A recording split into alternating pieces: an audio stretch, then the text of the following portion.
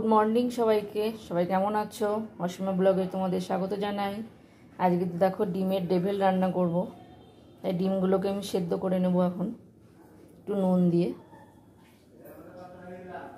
Devil করব, সেই জন্য ডিমগুলো আমি সুতো দিয়ে দিয়ে কেটে নিচ্ছি। এই যে এভাবে আমি সুতো দিয়ে আমি কেটে নিচ্ছি ডিমগুলোকে।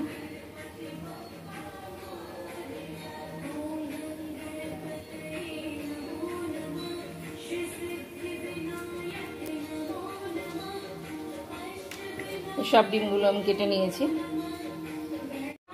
ডিমগুলোর মধ্যে এখন আমি নুন,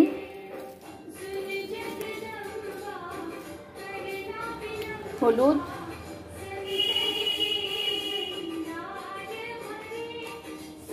আর একটু কাশ্মীরি লঙ্কা গুঁড়ো দিয়ে ভালো করে আমি ডিমগুলো মাখিয়ে নেব। একটু সর্ষের তেল দিচ্ছি,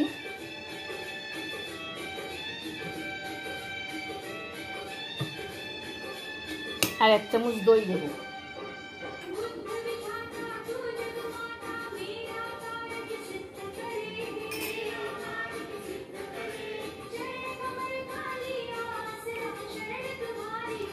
ভালো করে এর মধ্যে মাখিয়ে নেব নুন, হলুদ আর কাশ্মীরি লঙ্কা গুঁড়ো, দেখতে একটু কালারফুল হয়। আমি তো কোনো ফুড কালার ব্যবহার করি না।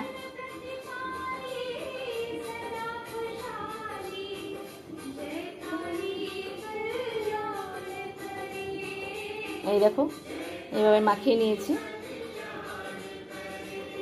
এটা রেখে দেবো এখন আমি 5-7 মিনিট রেখে দেবো এটাকে।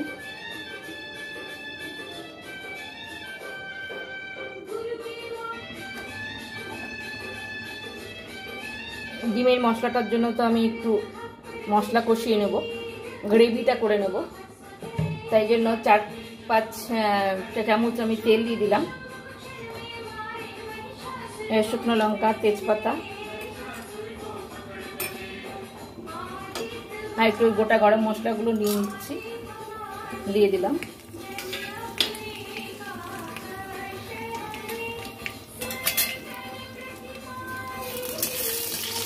মশলাটা একটু ভাজা ভাজা হয়ে গেল, আমি গ্রেভির জন্য মশলাগুলো সব দিয়ে দেবো। ডিমটা তো মাখিয়ে রেখেছি। মশলাটা তো ভাজা হয়ে গেছে। আমি এর মধ্যে আদা, পেঁয়াজ আর রসুন পেস্ট করে নিয়েছি।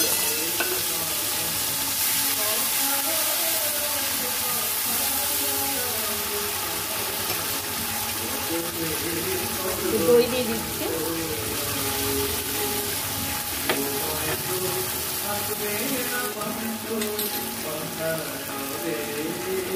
ধনে জিরে ডাস্ট দিয়ে দিলাম, একটু কাশ্মীরি লঙ্কা গুঁড়ো দিয়ে দিচ্ছি। একটু তো ওটাতে মাখিয়ে দিয়েছি, অল্প দেবো।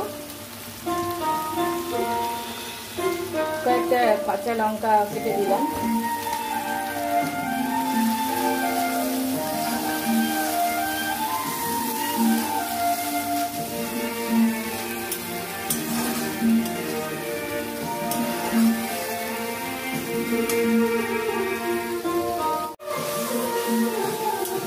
মশলাটা একটু কষা কষা হচ্ছে, আমাদের একটু সস দিয়ে দেবো। আমি বললাম যে এটা একটু কালারফুল হবে, তাই জন্য আমি কাশ্মীরি লঙ্কা আর টমেটো সস দিয়ে এটাকে কালার নিয়ে আসলাম, আর দই দিয়ে।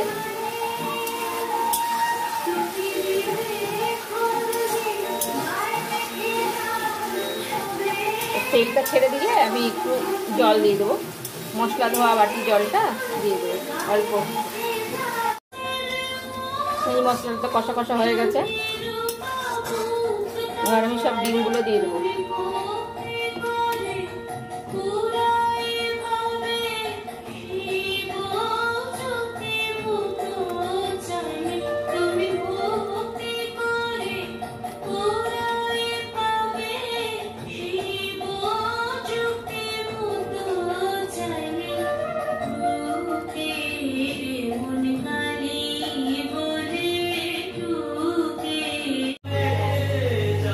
আমার তো ডিমের টেবিল রেডি হয়ে গেছে।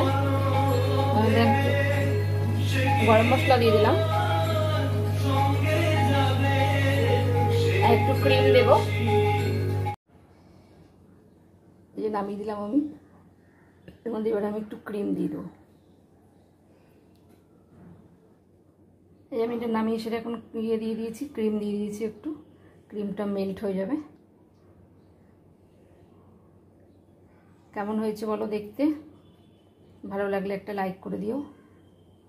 আজকের মতো টাটা।